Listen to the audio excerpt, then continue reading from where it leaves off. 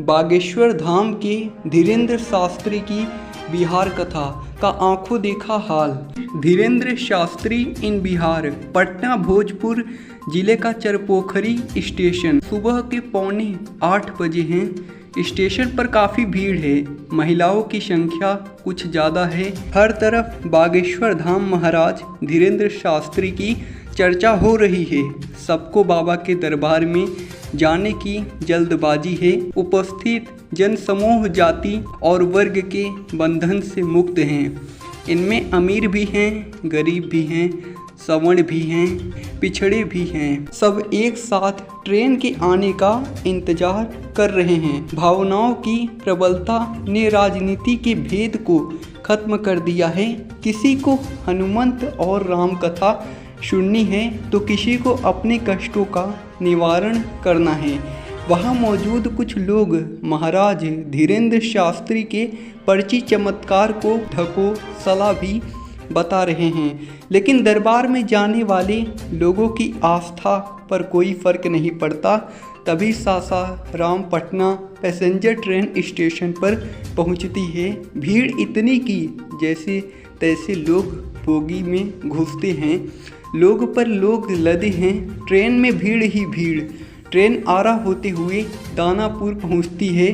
यहाँ भी मेला जैसा नज़ारा है। जितने उतरने वालों की भीड़ उतनी चढ़ने वालों की भीड़।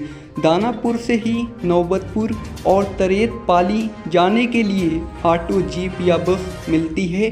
ट्रेन से आने वाले ज़्यादातर लोग दानापुर से ही बाबा के दरबार में आ जा रहे हैं। वैसे पटना से भी मोटर के जरिए यहाँ पहुँचा जा सकता है, लेकिन यह रास्ता थोड़ा दूर है।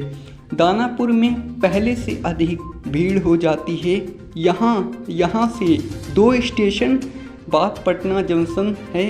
जिन लोगों को दरभंगा, समस्तीपुर, सहरसा, पूर्णिया, किशनगंज, बेगूसराय जाना है, उनको पटना से ट्रेन पकड़नी है। जिन्हें सोनपुर, छपरा, सिवान, गोपालगंज, बेतिया, मोतिहारी जाना है, उन्हें पाटलिपुत्र स्टेशन जाना है। आस्था बनाम तर्क।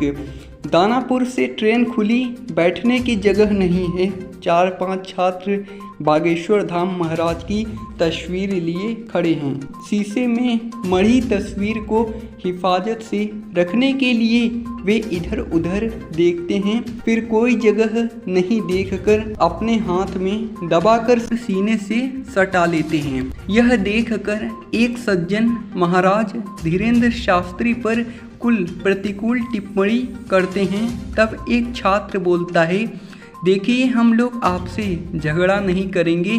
हम सहरसा से आए हैं, कॉलेज में पढ़ते हैं। विज्ञान और अंधविश्वास के बारे में हमने भी पढ़ा है, लेकिन अगर आप एक बार उनकी कथा सुन लेंगे या पर्ची से समस्या का निवारण कर लेंगे, तब शायद ही आप उनकी आलोचना करेंगे।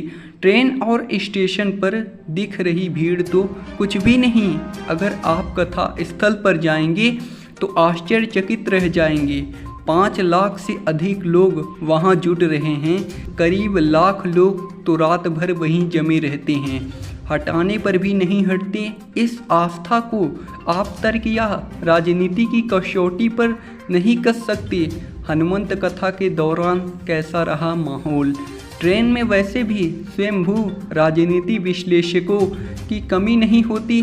बातचीत में कोई एक मुद्दा उछलता नहीं कि वे लपक लेते हैं। एक सज्जन पूछते हैं, राजद के एक बड़े नेता ने महाराज धीरेन्द्र शास्त्री के विरोध की घोषणा की थी, लेकिन वे ऐसा कर नहीं पाए। क्या कथा स्थल के पास किसी राजनीतिक विरोध की झलक दिखी? वह छात्र हंसने लगा। मैं आपकी बात समझ रहा हूँ, ऐसा कुछ नहीं दिखा जो आप सोच रहे हैं। दानापुर उतरने के बाद हम लोग ने गूगल मैप पर कथा स्थल जाने का रास्ता देखा था। दानापुर स्टेशन से करीब 18 किलोमीटर दूर नौबतपुर है। फिर वहाँ से तरेत पाली मठ करीब 4 किलोमीटर दूर है, जहाँ बागेश्वर महाराज का कार्यक्रम आयोजित किया गया है। बिना भेदभाव के गांव वालों ने की मदद। 13 मठ की करीब 30 एकड़ जमीन पर विशाल पंडाल बने हैं। 3 लाख वर्ग फीट में जमीन पंडाल फैला हुआ है। मठ के आसपास के कई गांवों में लोग बाहर से आकर डेरा डाले हुए हैं। तरेत पाली, दहशपुरा, परशा गांव और नौबतपुर बाजार में लोगों का हुजूम है। इनमें से कई जगह राजद समर्थक लोग भी रहते हैं, लेकिन वे कथा सुनने आए लोगों की हर तरह से मदद कर रहे हैं। गर्मी में पीने और नहाने के लिए पानी चाहिए। गांव के लोग बिना किसी भेदभाव के यह सुविधा दे रहे हैं। यहाँ राजनीति की कोई चर्चा तक नहीं।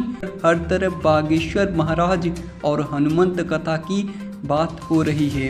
ऐसा आयोजन पटना के गांधी मैदान में कभी नहीं हो सकता था। जन सैलाब का राजनीतिक अंग गणित। छात्र की बात सुनकर एक दूसरे सज्जन कहते हैं, 13 पाली में आम लोगों के बीच भले राजनीति न दिखी हो, लेकिन पटना में तो नेता जमकर राजनीति कर रहे हैं। बागेश्वर महाराज के पटना प्रवास के बाद बिहार का राजनीतिक तापमान काफ़ी बढ़ गया है। राजद के नेता धीरेंद्र शास्त्री के खिलाफ बयान दे रहे हैं, तो भाजपा के नेता उनके समर्थन में बागेश्वर धाम बाबा के कार्यक्रम में उमड़ी। आश्चर्यजनक भीड़ ने राजनीतिक चिंतकों को बहुत कुछ सोचने पर मजबूर कर दिया है।